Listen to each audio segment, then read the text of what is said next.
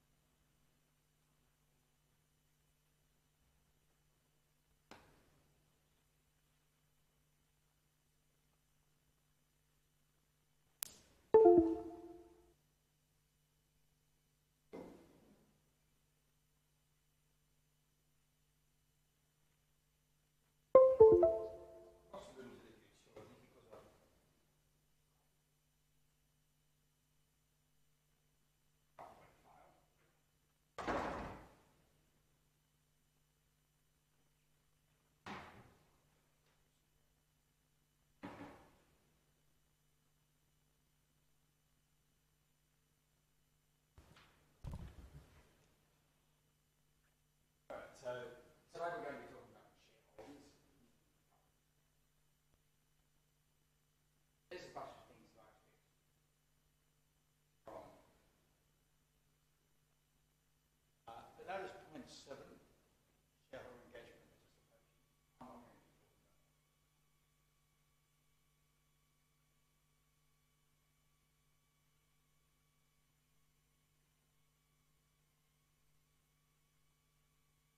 the other first 6 points, you should get that out of today's.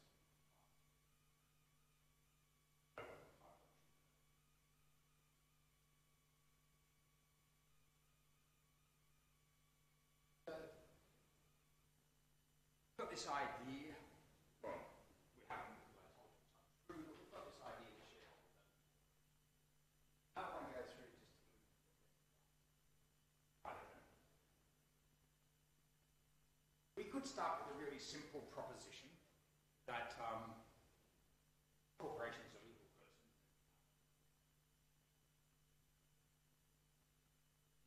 Historically, that's been untrue.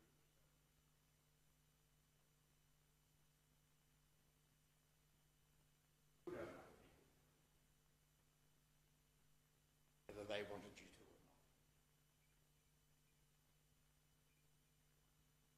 So this kind of goes through some of the ideas behind what it means to own something, what things should manifest in the property.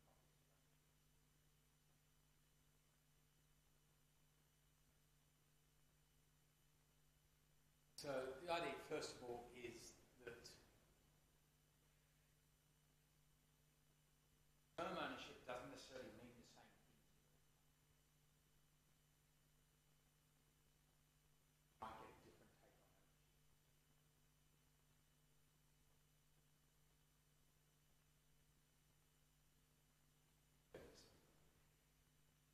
But since we're talking about the ownership of things, in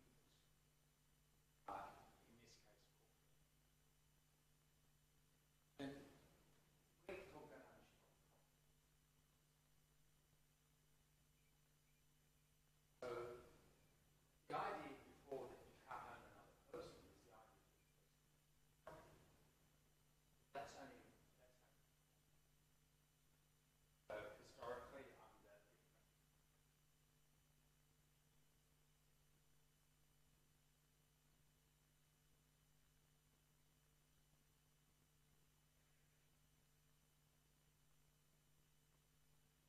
Slavery and all sorts of problems. I don't know.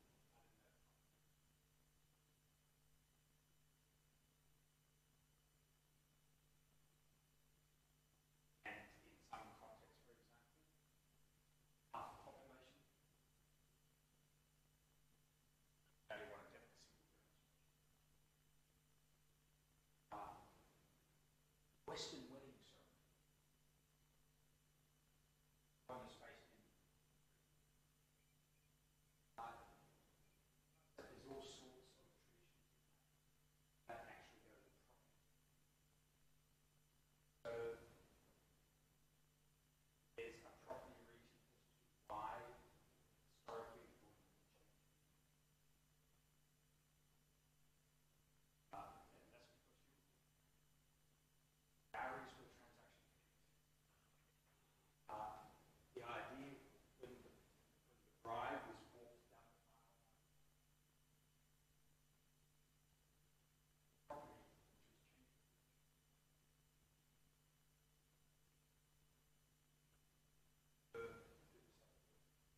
And that was the words used in the ceremony. It was property. Oh, we've broken that down, but we can't really persuasively argue, can't own the corporation. Too long in history across many points. Or we might find it morally repugnant if it doesn't change that. Therefore, that concept doesn't change.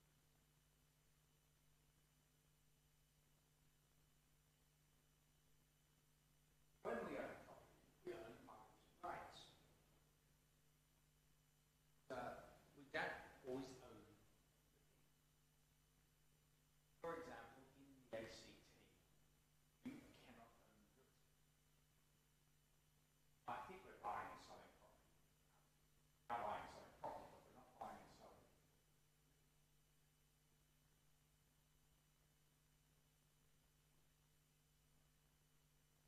So all land in the ACT is land. It's crown land. Now that's not true in other states. We don't.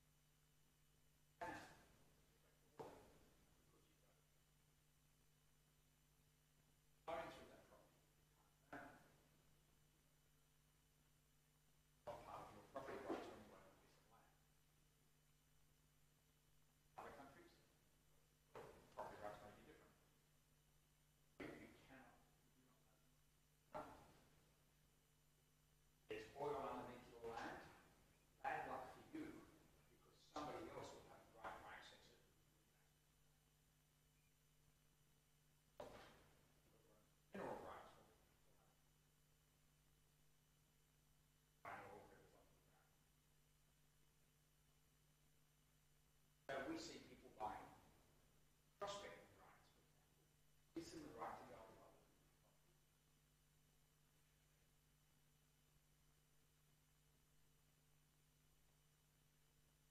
There are all sorts of rules about what's reasonable.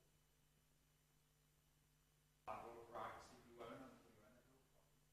Up and running. Own the land, you own the only own the land down to the time date. You own the vegetation, it doesn't mean you have the right to do what you will with it. Most jurisdictions now you can't.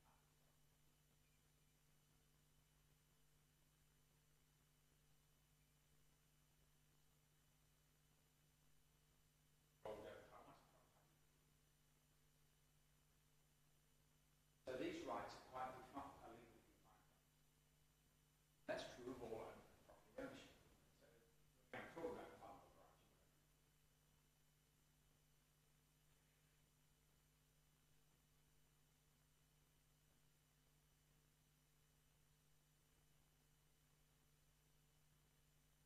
How can you own things? So property can be owned, and it can be owned privately, or it can be owned by the state, or it can be sovereign jurisdiction. Sovereign jurisdiction is kind of like being owned by the state.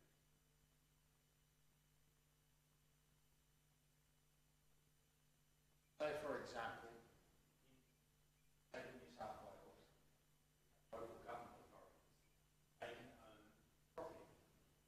They own property as a form of government. They're not sovereign. Their actions are controlled by the state government. State government can overrule them.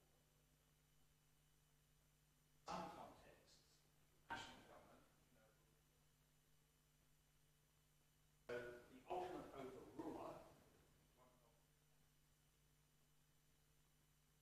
so we can have public and government ownership. That's not sovereign. From that, we're not going to be there. Very focused on private ownership. So we can own property as an individual. We're going to come back to what an individual might own it collectively. The next to collective, I've got two terms there, joint and common. They mean slightly different things. So collective ownership is means.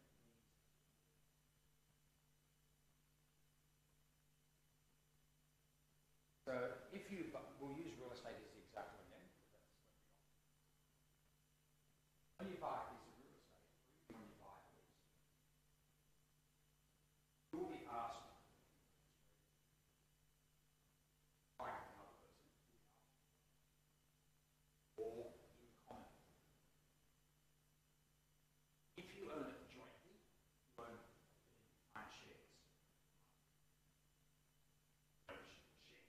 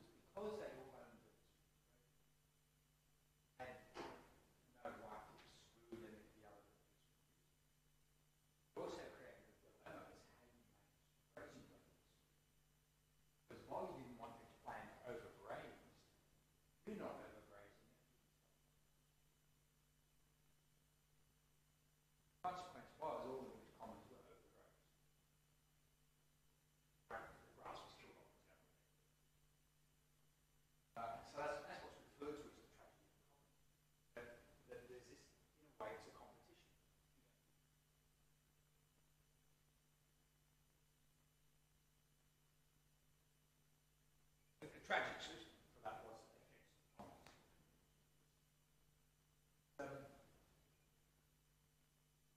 Communal ownership is common ownership. So for this, we won't go to Europe, we'll go to Africa.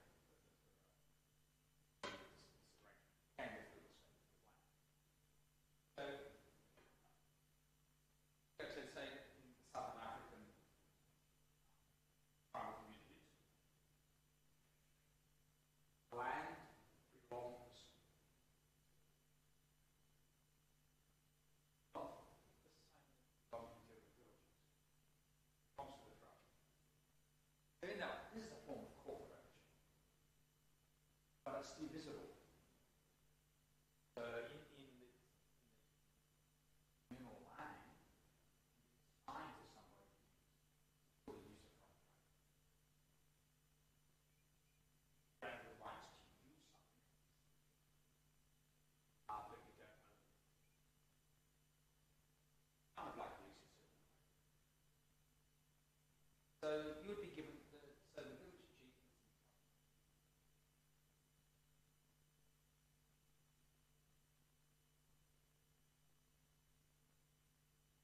But the village would allocate it to a family which in tribal custom actually made it by all. That family had exclusive use of that land, raising or growing crops. This is still the case. Talking as though it's past tense. The question could be divided amongst other family members. Passed down from generation.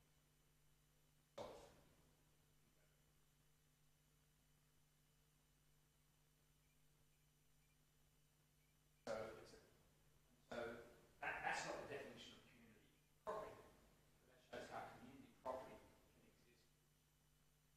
It might be going to be common property, but it's not common if you actually get it. So all this is highlighting is these really complicated forms of multi-party ownership.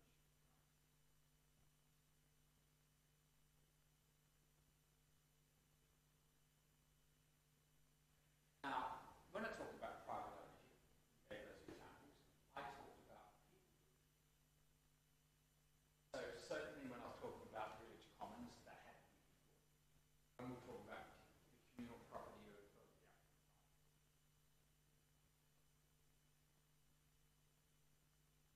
but when we take it out of those very old traditional contexts, modern context, there's lots of ways of organising.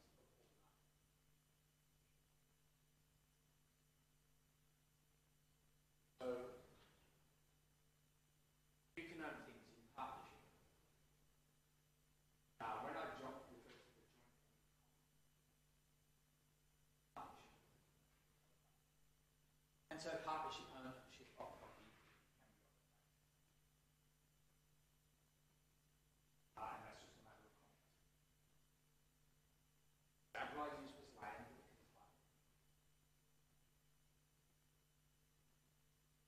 A trust can hold property. As I said, hold, not own. Doesn't own property. Nominal owner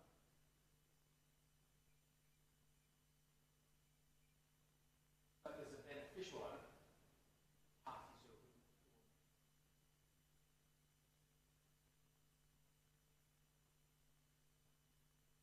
how they work varies. But then we can have ownership through incorporated entities, and we've talked about some of these already. So while in this course we're talking about joint stock corporations, these other forms of bodies corporate also apply. So you can see you've got corporations limited by guarantee.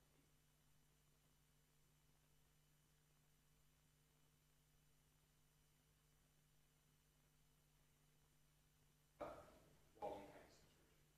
Most sporting clubs in society, corporations limited by guarantee. That corporation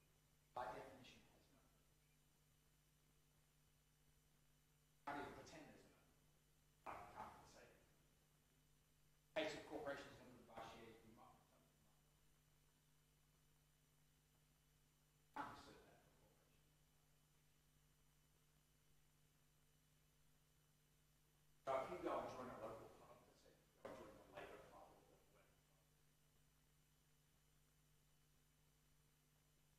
you'll pay a very small fee to be a club. And so, if you read the fine print, you are also providing a guarantee.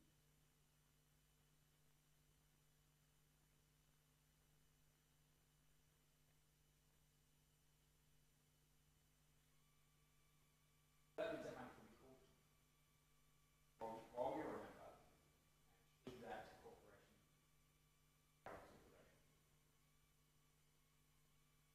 So you have that sort of exposure, but it's defined only by your tenure as a member.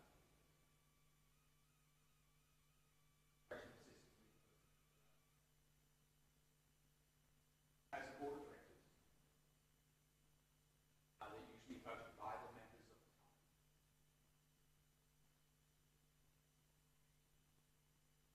And then numerous.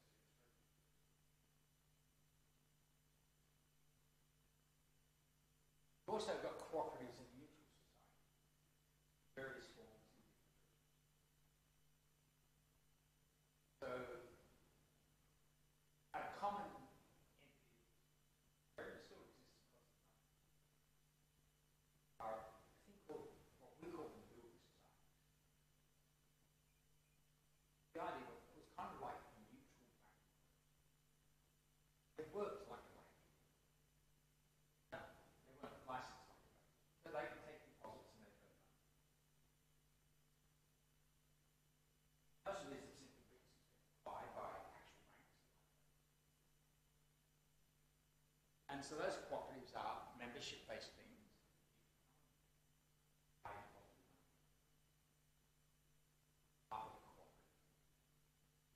And so the idea was to support them.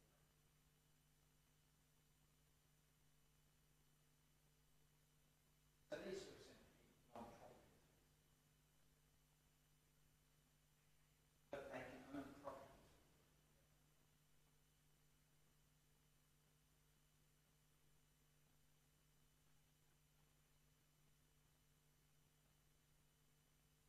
And mutual societies can mean many things.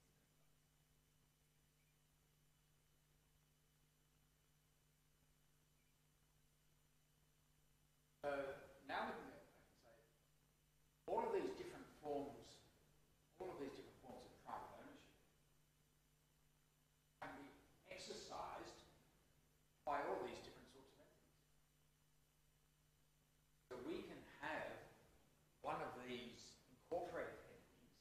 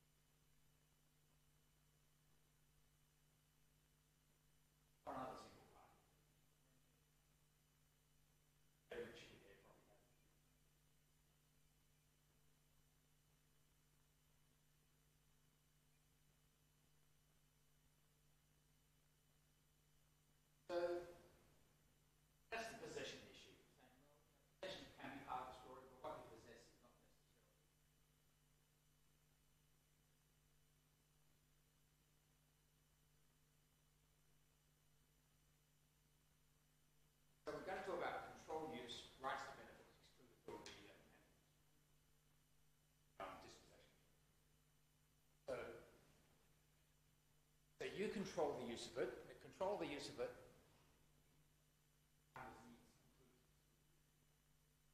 You can stop other people using your money.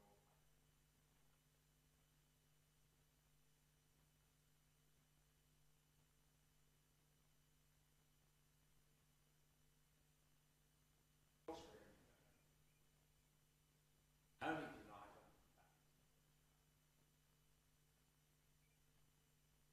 So there's many rights attached to the object.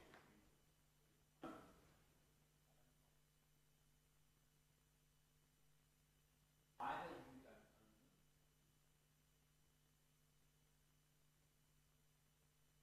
only in common.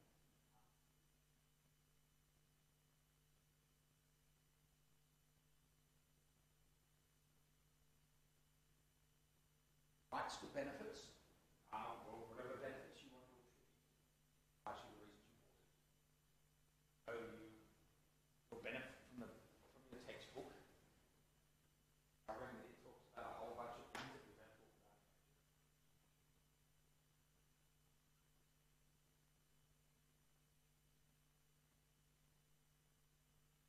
Gives you the right to store it, to hold it, without having to be.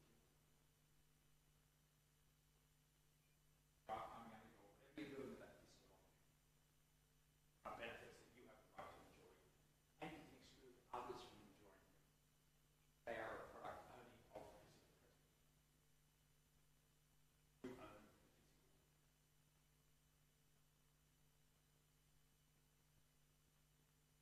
You have the right to give that book to someone else. Either as a gift or as something. You have the right to throw it away. But you can't destroy the knowledge. Book with that issues or copies, I should say. So you can see which rights these aspects of the rights these are to. I'm not trying to say that. That helps you know.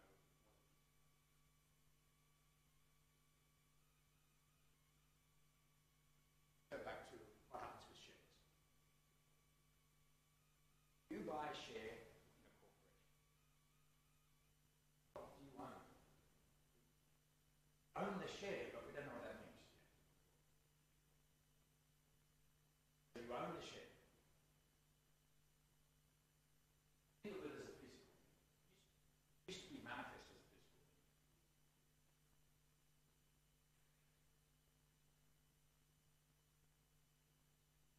These days it just exists. There used to be a physical manifestation. If you lost it,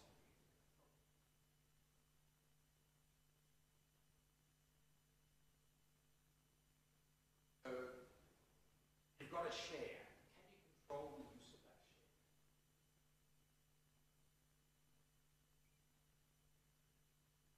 That's tied up with what are the benefits. With others from using that share. Use that share, for example.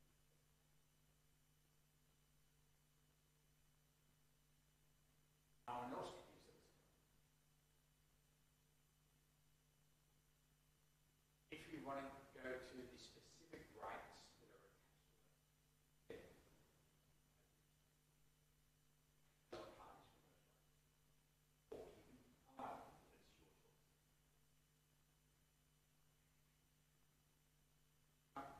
But we need to talk about particular rights. Do you have the right to transfer, dispose, or destroy a share?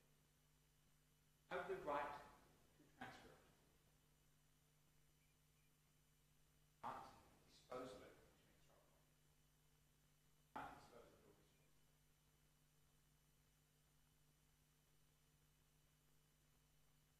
Not something you can do. You say to the corporation, I want my share destroyed, they would say to you,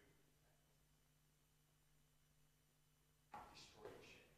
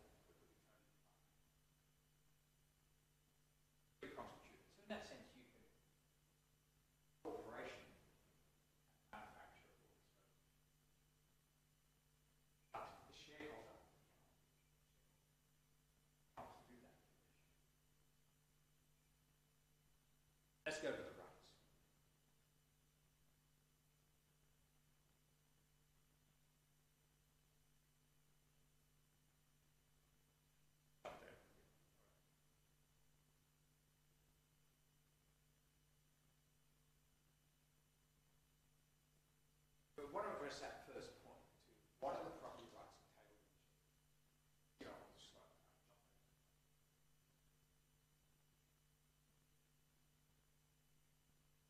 These are things you already talked about in the past. You have the right. You have the right to sell your share. Now, this is in a public corporation. A private corporation, you might not have that absolute right. So, I can find many private corporations where a person can only sell their share.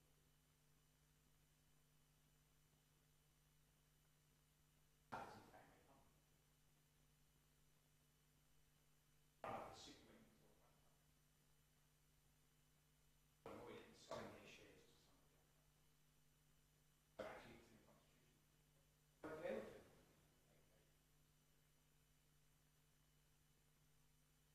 We see those sorts of restrictions.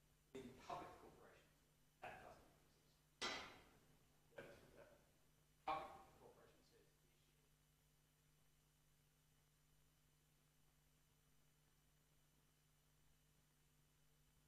if the company offers new shares, you will have the right to purchase them.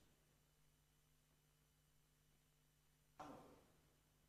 And you purchase them.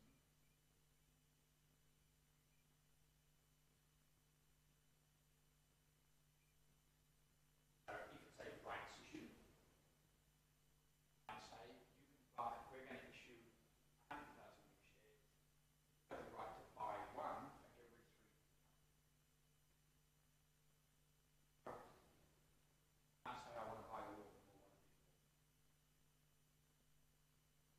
or one of these. You have a right to share in dividends.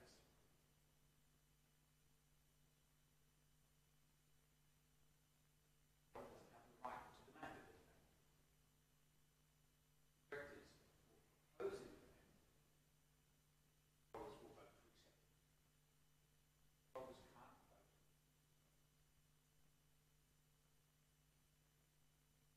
Technically, the shareholders could refuse it.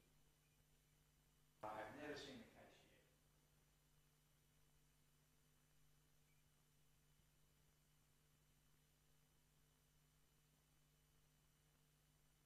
Have the right to share in assets that remain when the company is being liquidated. The residual right only occurs after all other claims on the corporation. So if the company has creditors, they all get their money back before you get it. So if there's any left over, then you'll have the right to share in that. You won't.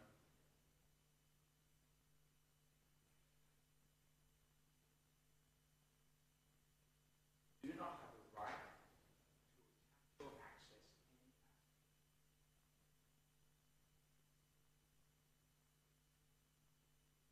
Back when we owned people as slaves, we owned the slaves and everything.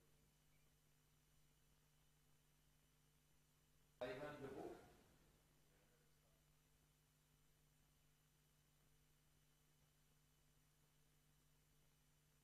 The corporation back when we couldn't have slaves.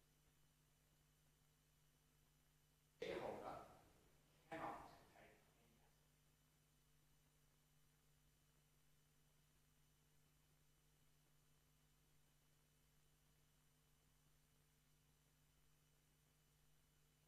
You have the right to vote on the directors as they are proposed to you. It may be under some constitutions, I think that's the last point, you might be able to nominate directors or propose. But there's a general right you don't.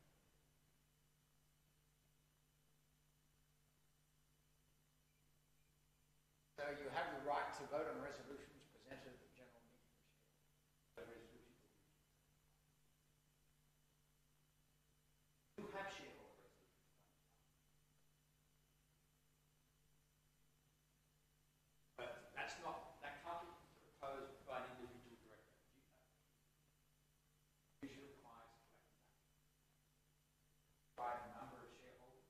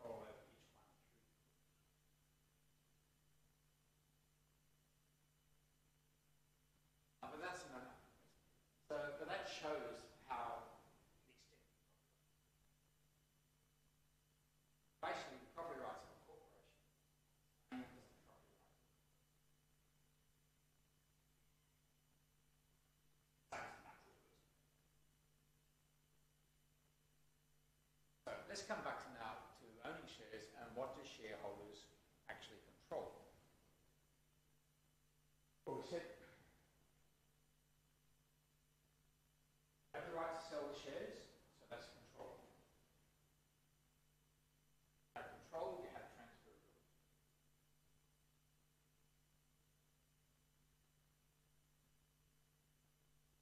If you do not exercise your right to purchase new shares, you cannot prevent somebody else from doing it.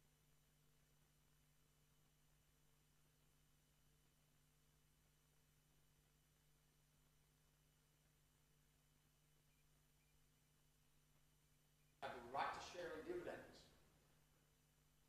Quality, because you no provision for you to reject them. The shareholders collectively could reject it. But an individual shareholder doesn't have the right to not accept their dividend, not refuse to make the share. But it is still your dividend. Not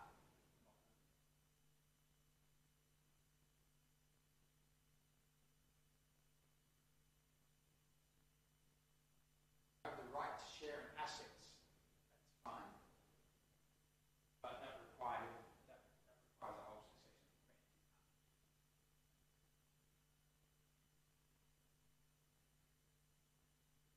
You have the right to vote on directors. You can control that right, you can choose to exercise it or not.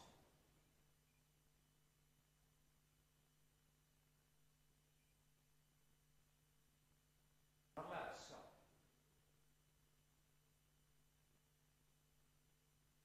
But you can transfer. You can give somebody else the right to vote.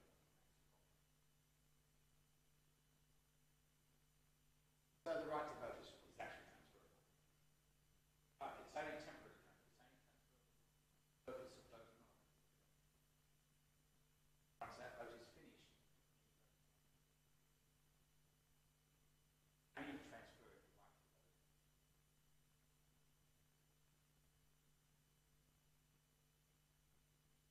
So those 2 points, the right to vote on directors and the right to vote on resolutions, are the same. Voting on directors is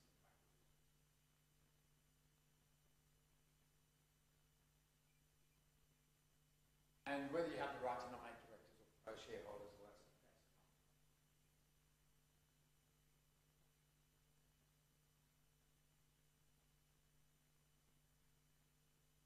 either exercise it or you don't, but that's the end of the day.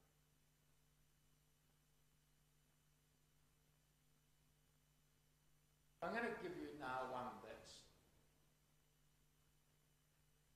not here.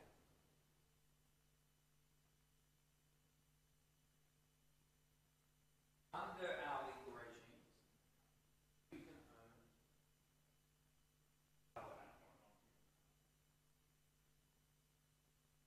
horse or a dog. But may or may not according to the person.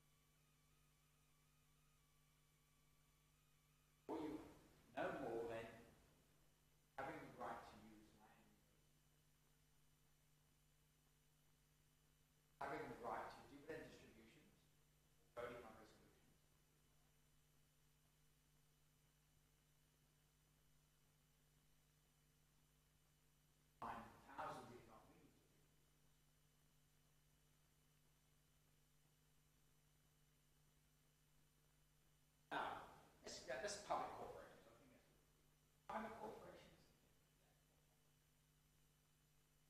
So I own a corporation. I own a private corporation. Now this is a unit. I am the sole shareholder. I am the sole director.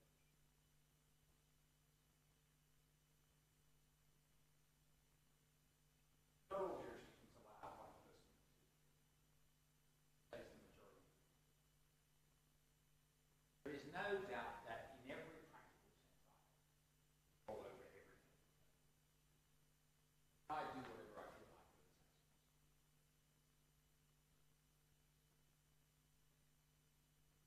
Corporation causes harm, will I be held responsible as a shareholder? I might be held responsible as a director.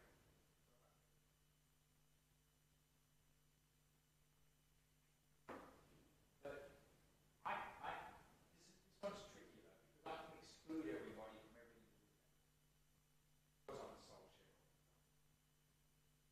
So the answer is still no. Technically,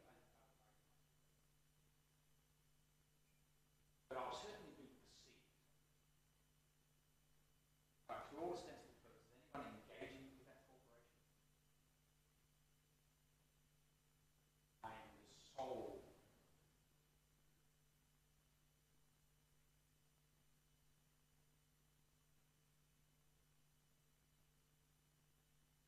But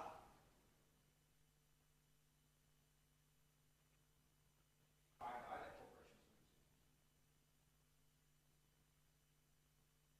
Who owns it? Then.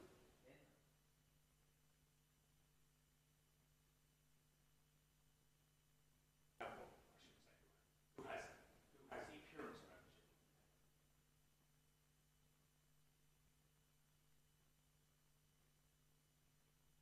So this corporation is not a company. It's not a company with its own money.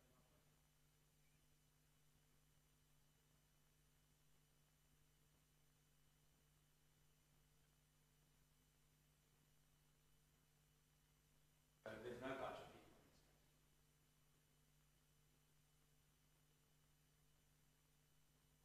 Even though Asset keeps telling me it's not.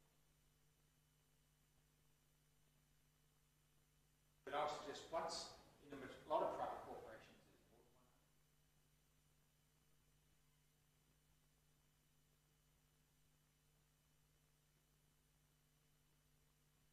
Take a break.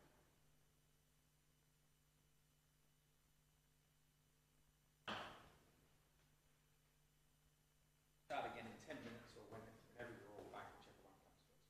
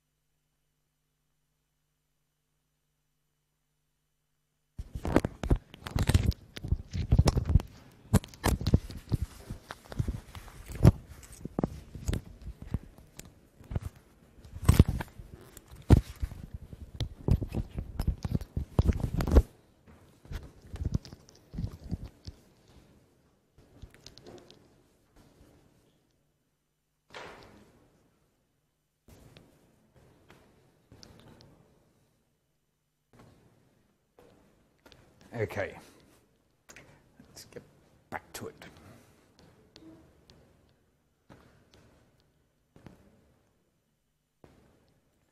So we've got this, you might not think it's a great problem, but we've got this problem about this traditional view of shareholders owning corporations. And so this view, of course, is very much tangled up in the history of corporations. Because of the way corporations first emerged and the relationships shareholders had with those corporations, that kind of drives this idea that they were owning it somehow. But it came about because they were referred to as members of the corporation. Membership of the corporation arose because people originally traded for themselves under the banner of a corporation. That's how they were members of companies. And that sort of perpetuated into the joint stock era. And so at some point we moved from members to shareholders, but we maintained this historical confusion about the distinction. But even when they were members of corporations, they still didn't own them. The members of corporations were about the rights to participate and use assets of the corporation, because that was the purpose of the company at the time, was to do things together for mutual protection in markets in particular. But you always traded on your own stock. You didn't trade on a joint stock. Now with joint stock corporations, clearly that all changed, but we kind of had this legacy effect that's persisted. But it's persisted for a couple of hundred years. And so now we have this position of the people describing shareholders as the owners of the corporations, and they still do it. We'll still hear regulators say it. We'll still hear politicians say that the shareholders are the owners of the corporation, and we'll still hear corporate practitioners saying it. Now, do they mean they own the corporation? No, not in a strict legal sense. They'd be well aware of what the rights of shareholders are. What they're really I'm supposing this, but what I think they're really trying to convey is that shareholders are seen as one of the most crucial stakeholders in the corporation. They're seen as a particularly important stakeholder, and for many purposes the most important stakeholder, because without shareholders you can't have a joint stock corporation. It requires shareholders in order to exist. You don't have to have creditors, you don't have to have employees to exist. But you do have to have shareholders.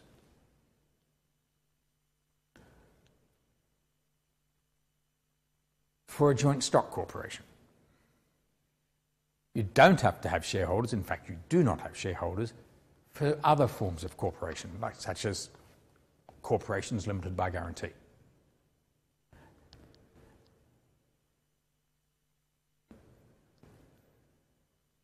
But profit-oriented corporations are usually not corporations limited by guarantee, they're usually joint stock. And so they're the ones we observe. If a corporation is limited by guarantee, it has no shareholders, therefore there are no shares to be traded. And so therefore they can't be listed. They don't have listable securities. Unless, of course, they issue some form of debt that can be traded. So they might issue a bond. But the corporation and its shares can't be listed if it doesn't have shares. If you have to have shares, you have to have shareholders.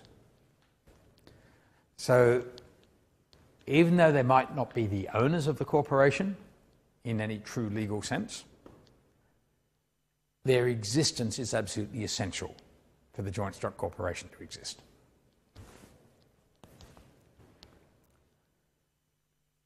So, what happens as shareholders? We don't own it, we can't do what we want with it, so what the heck can we do? Well, we've been through what your rights are, and so your options are limited to exercising some of those rights. In your attempt to influence the corporation, which means really to influence its directors and management, then you only have two real choices. You either act, which means we usually say you exercise voice, which means you vote, or you write complaining letters. So you can protest, you can make your representations, which may or may not be listened to, usually not, or you can vote on things. So that's the limit of your voice action. That's all you can do in that sense, as a shareholder. I mean, you can join protests and all sorts of other things, but that's not as a shareholder, that's just as a person. You can, of course, exercise your other option, which is to stop being a shareholder. That's the exit option. So if a corporation is doing things that you don't like, your choices are either to tell them and hope this has an effect, or to stop being a shareholder, which means sell your shares.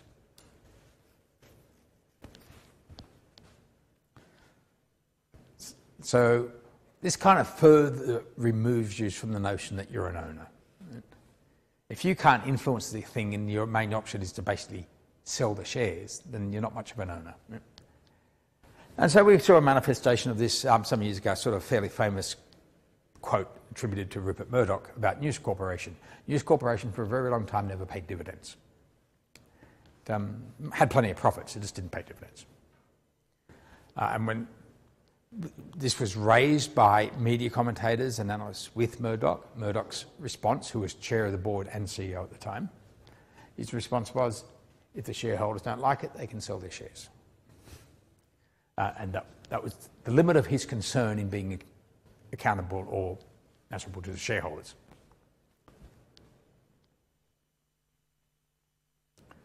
So,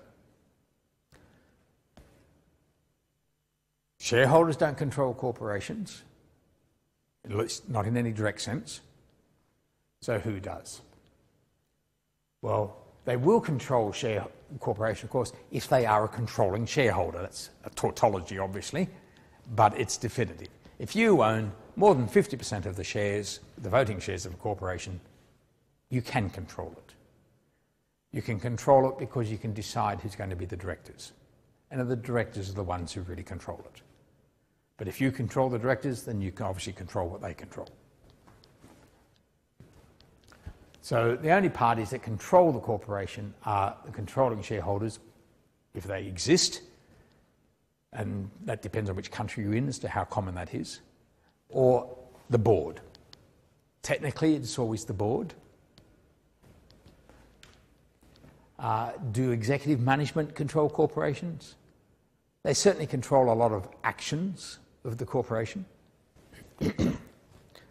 but they are answerable to the board. The board can overrule the executive, the board can replace the executive. So the primary focus is controlling shareholders when they exist and the board. And when there are controlling shareholders, then our question about ownership of the corporation gets a little bit more clouded because of the power they have. But their legal relationship with the corporation isn't changed. A controlling shareholder is not liable for the actions of a corporation still.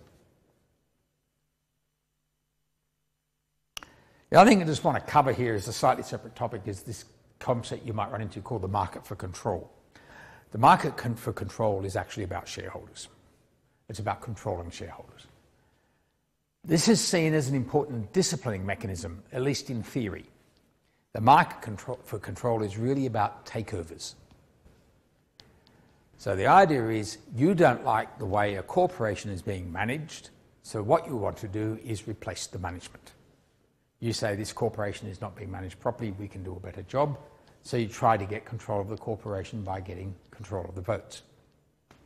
So you don't have to do a complete takeover, you don't even have to get to 50%, but you have to get enough shares to become effectively the controlling shareholder. And so the market for control is about your ability in that marketplace to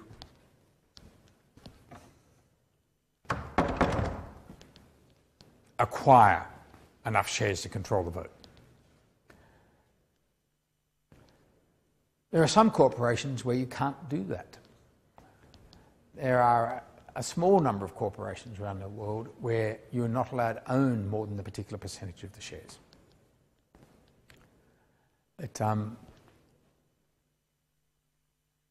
So I think, I might be mistaken, I think Telstra is an example of that.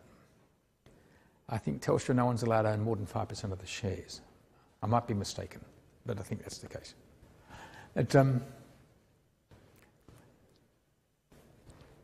IAG Insurance, which grew out of an organisation called the NRMA, can't have controlling shareholders because the constitution of the company stops it occurring.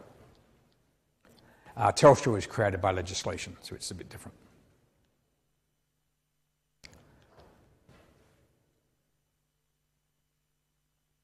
So the market for control then is about whether or not this market for controlling interest, being able to buy shares in the corporation and get control of it, is an effective disciplining mechanism for management. So what it really means is, how easy is it to do takeovers?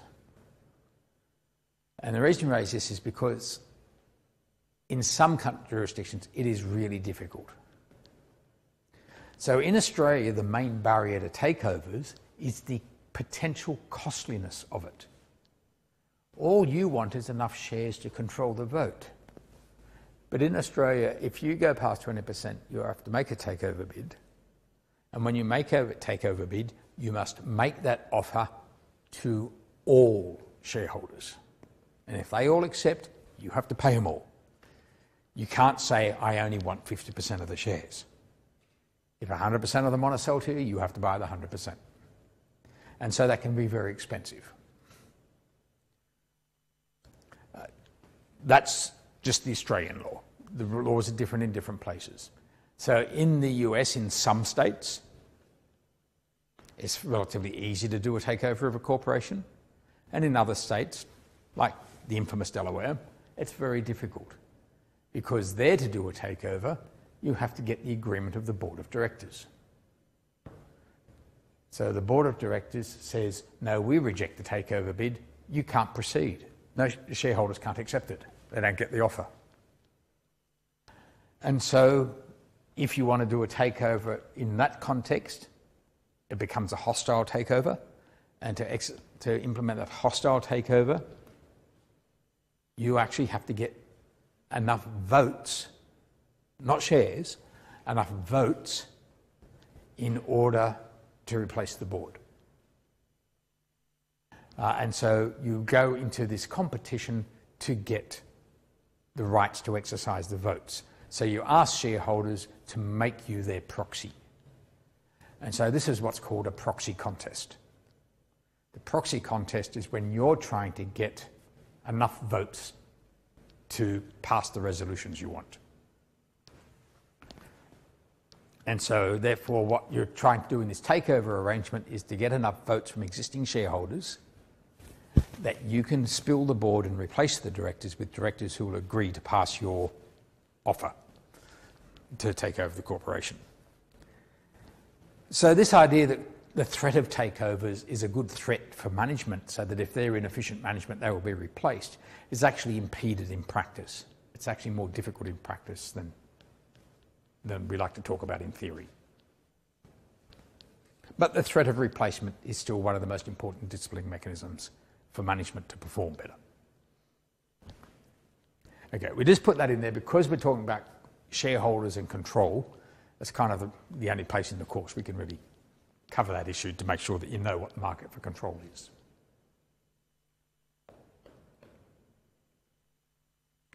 Right. We now want to return our attention to two different things. This is a little bit, it's kind of some technicalities, but you need to know these things. We're going to talk about types of shares and types of shareholders. When we talk about types of shareholders, we're not going to be talking about partnerships versus corporations again. We're going to be talking about motives of shareholders. Oh, I'm doing it in the wrong order. Okay, I'm talking about types of shareholders first, and then I'm going to talk about types of shares. Okay, so types of shareholders are individuals. Individuals include natural persons and legal persons. So individuals include corporations.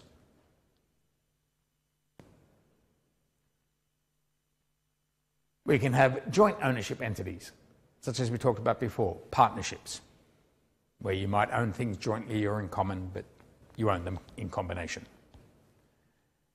So even if you're talking about owning them in common, we still put that under the general heading of joint ownership. That is, more than one person owns something together. And again, that can be natural persons or legal persons.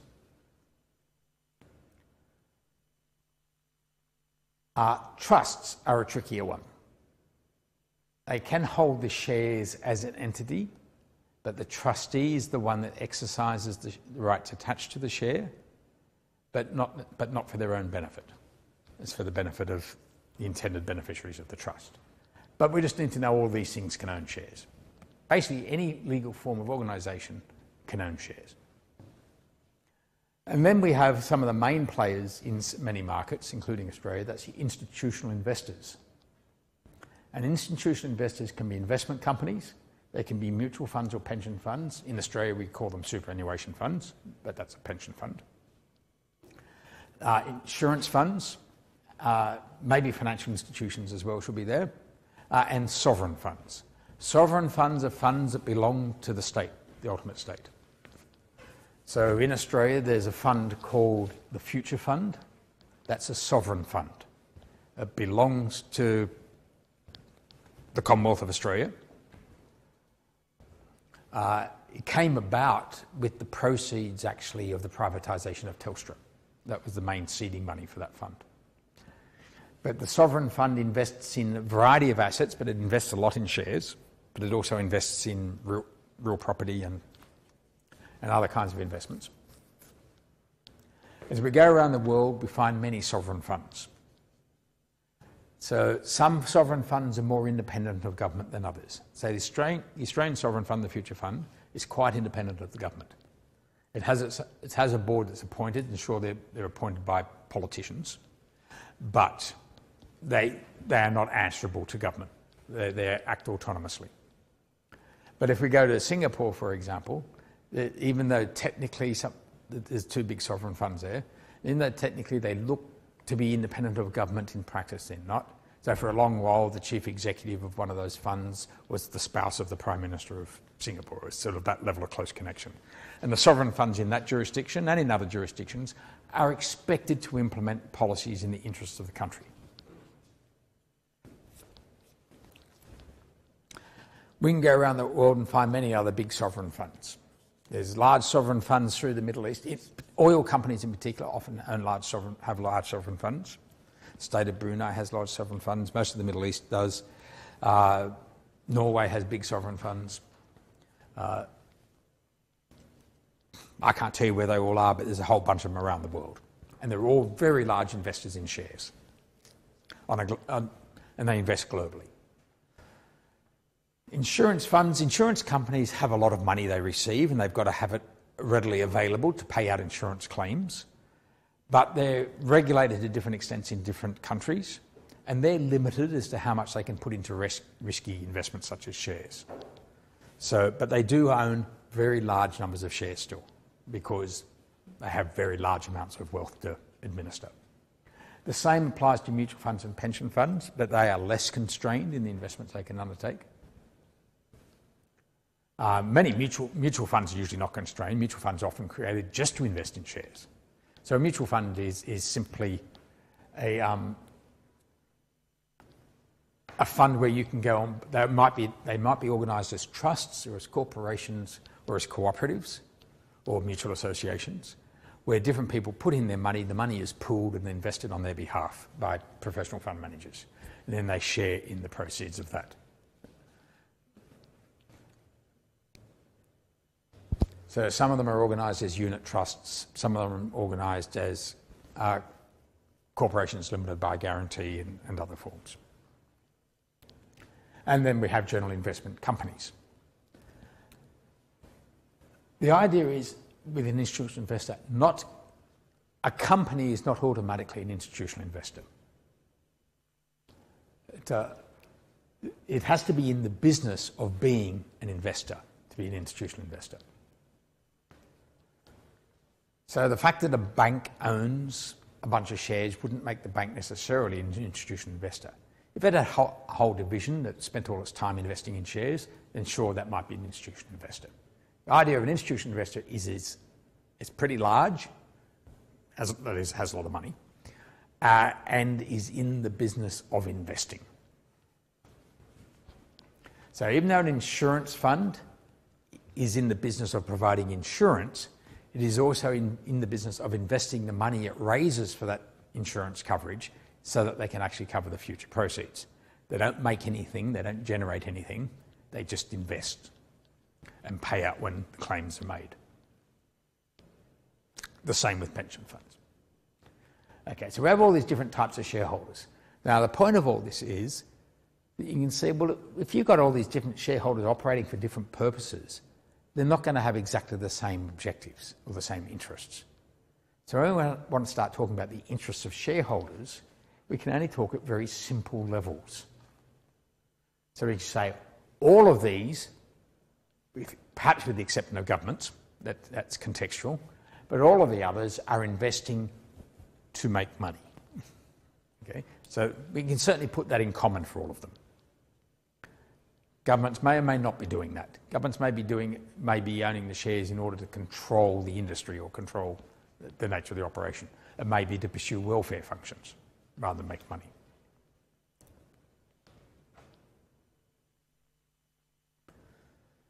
If we're going to talk about owning shares, we're going to say owning what? Nearly all the time in this course, we're really only talking about people who own ordinary shares or common shares. In Australia, we call them ordinary. In the US, they call them common. So an ordinary share is normally a voting share. It's normally one share, one vote.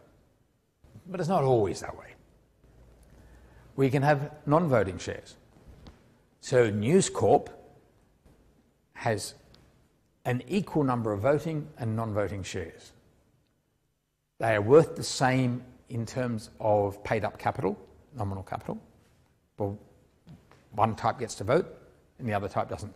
They both get, if there's ever a dividend declared, they would both get the same dividend.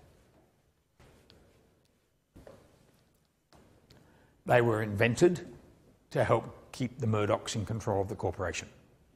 The Murdochs only own voting shares. They don't own non-voting shares. So they own 30% of the voting shares, which means they own 15% of the issued capital of the company. But that's enough to give them complete control. Another mechanism for using complete control, which is not written up there, is what's called a super share. A super share has far more votes than another ordinary share. So it might be an ordinary share has 1 vote, a super share might have 1,000 votes attached to it. They're not traded.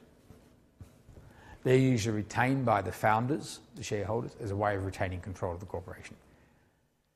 Murdoch tried to reconstitute News Corp to have super shares, and it was rejected by all the existing shareholders. They wouldn't agree to it.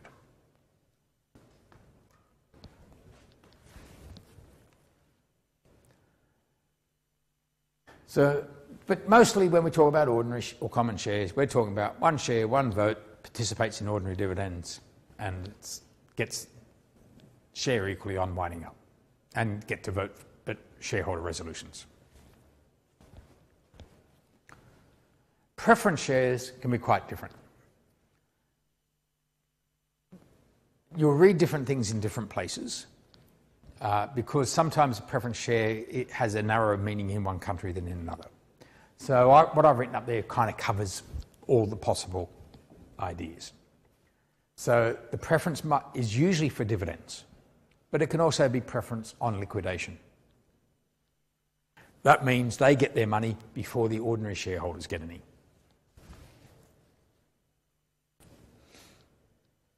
They can be cumulative or non-cumulative. So if you buy a 3% preference share, the idea is that it pays a 3% dividend. The 3% applies to the face value of the share. So it's a $1 share. It doesn't matter whether it's trade, it can be trading for $10 or $20, but if it's a $1 share, then it would get a 3-cent dividend. Right? So, but for them to get a dividend has to be declared. If a dividend is not declared, maybe the preference shareholder won't get anything. Or maybe the right stays there and they'll just get it in the future. That's the difference between a cumulative and a non-cumulative. A non-cumulative preference share means if there's no dividend declared, then you just miss out. A cumulative preference share means if they don't pay you this year, your right accumulates. And so at any point, if they want to declare any dividend in the future, they first have to pay you all your back-ordered preference dividends. A preference dividend means that shareholder gets their dividend before there can be an ordinary dividend. You cannot declare an ordinary dividend if you haven't paid the preference dividend. So that's why it's preference. Some preference shareholders get to also receive the ordinary dividend. So a preference share might be 3% preference dividend, but participating, which means you will get your 3% plus you'll get the ordinary dividend. So that's a participating preference share. A non-participating one doesn't participate in the ordinary dividend.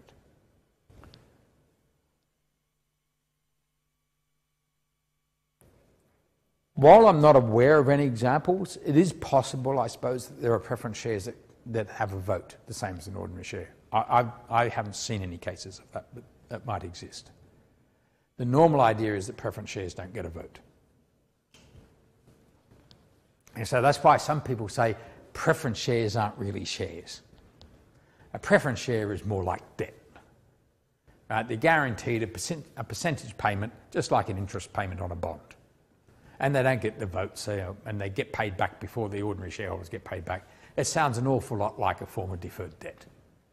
And people have these arguments in theory about whether or not preference shares are really shares.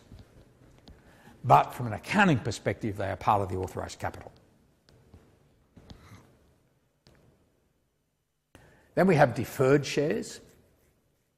Deferred shares usually don't get anything. That's what's deferred. They only get a dividend after ordinary dividends. So they're kind of the opposite of preferred. They're the least preferred. They're pretty rare.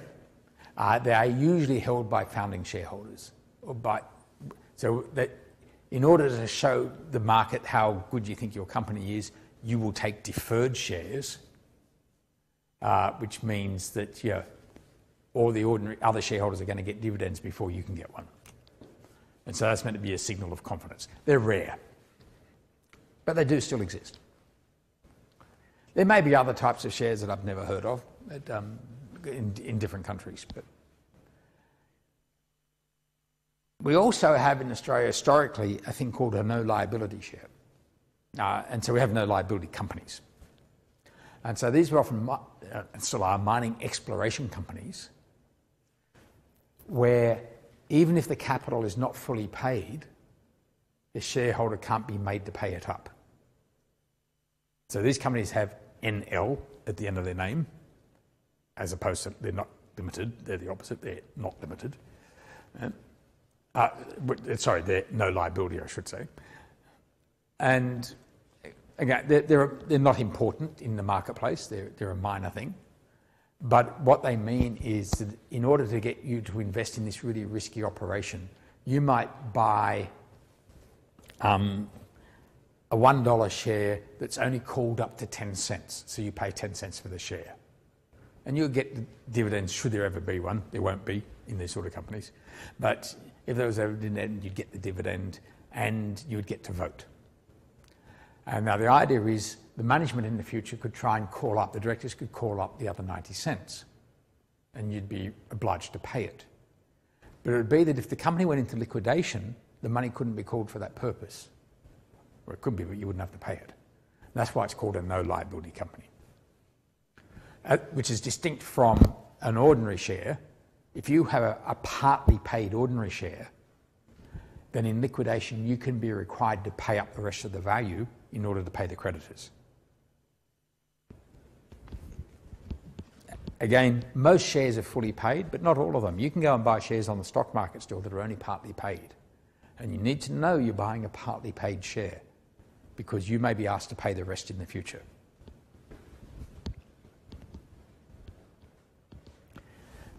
couple of other special classes. We put them up for completeness because they're increasingly common.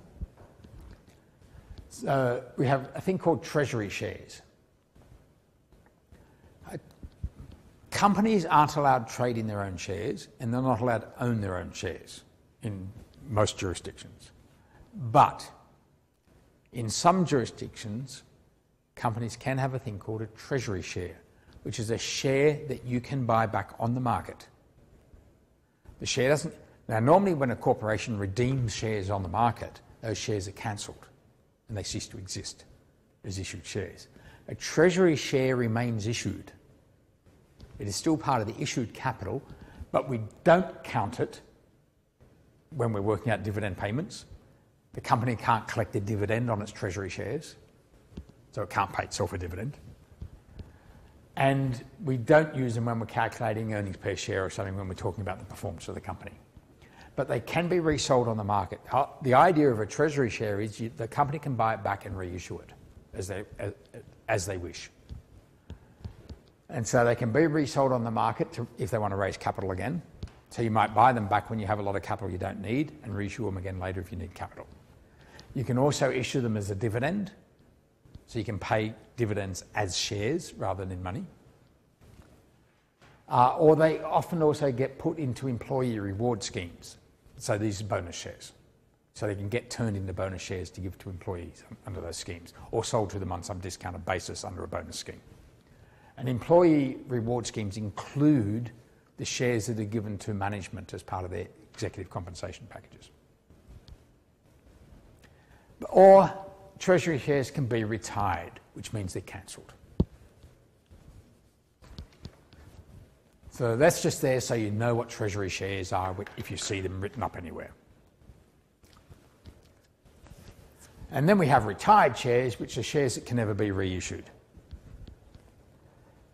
So once a share is retired, that means it ceases to exist.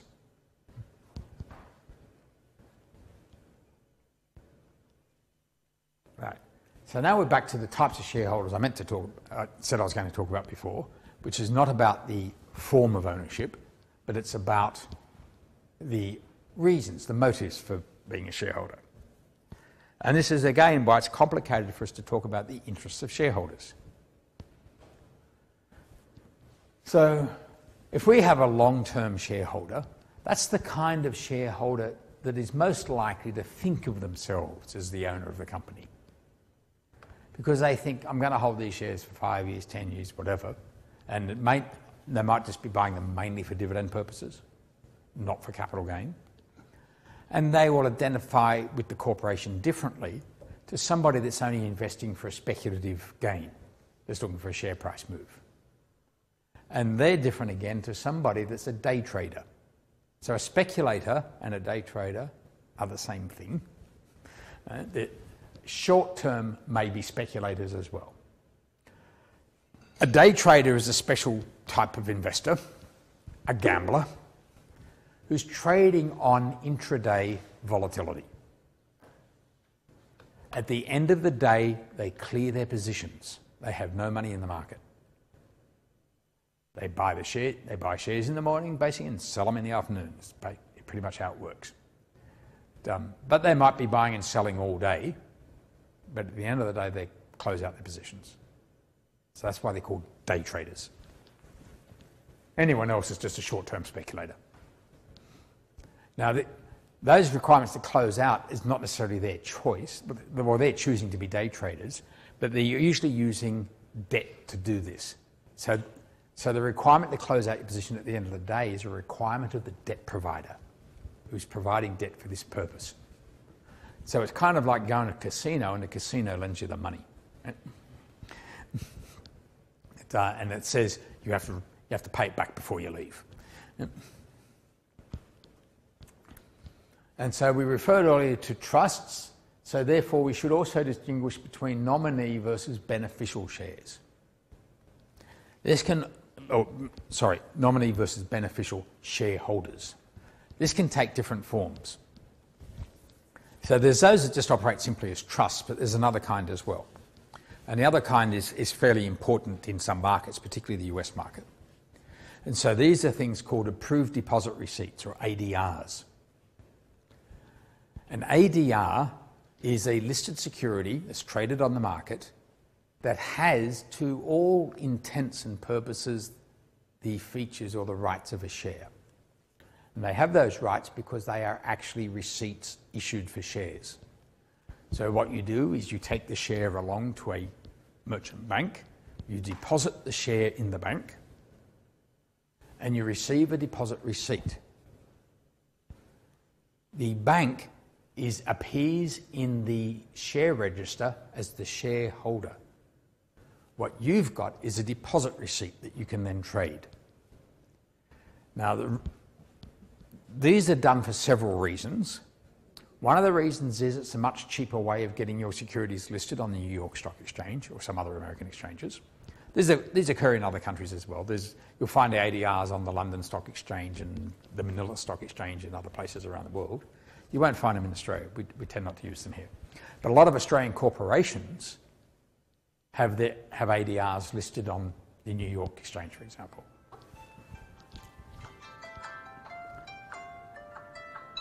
And the way that works is this deposit receipt is then sold to an investor. The investor knows what they're buying, but what comes with that deposit receipt is the right to any dividends and the right to exercise the vote. Now, typically what happens, though, is we might say we will go along to the merchant bank and put in 5 shares in our Australian corporation and get 1 deposit receipt. And so now that deposit receipt is worth 5 shares. This is really useful when you're trading into the US market because the US market doesn't like small share prices. The Australian market likes small share prices. Our shares are often trading sort of like between $5 and $100 type stuff, right? In that sort of range. You go to the US market, a lot of shares are trading for hundreds or thousands of dollars per share. It's just a market thing, right? It's a culture on the market. And if you go along there with a $5 share, they won't like it. It doesn't look right to them. It's kind of like going along to the Australian market with a $1 share. Kind of don't like it. There's something wrong with those. They're small, risky companies. So you'll use this as a way of pooling the shares into a larger parcel to match the local price preference.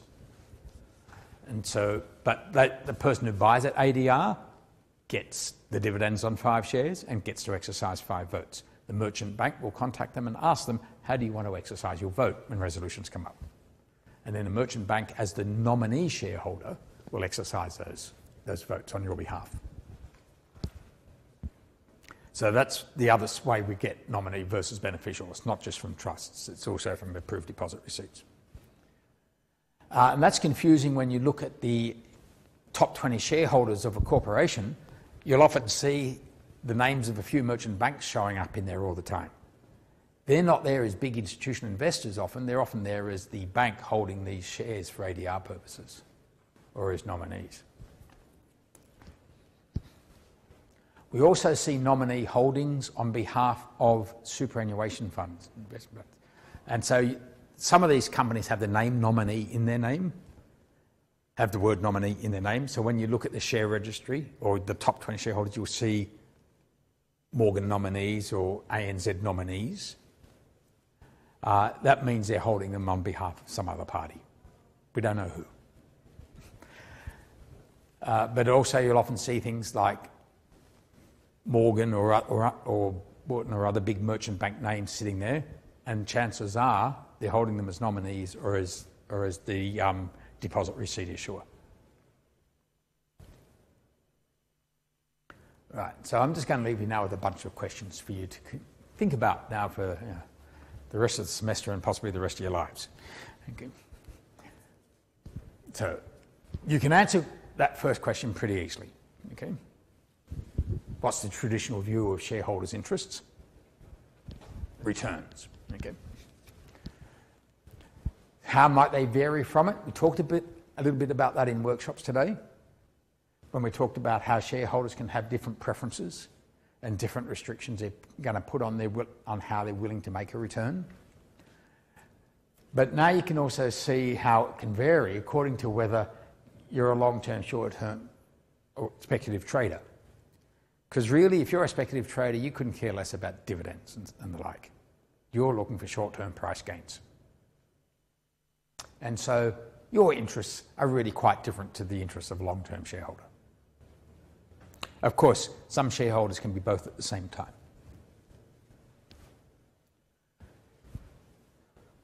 And so why has shareholder protection dominated developments for so long? We've talked about that at different points in earlier weeks. The concern is because shareholders are the source of capital for capital markets, or an important source. So even if they're not buying IPOs, you still won't have any capital circulating in the market if you don't have investors, if you don't have shareholders. So if corporations are your main vehicles for organising economic activity, then you need them to be healthy and funded. You need people to have confidence in the way they operate and how the markets attaching to their shares operate. Because if you don't have a secondary market for those shares, then people aren't going to want to buy the shares to begin with. One of the reasons corporations have been so successful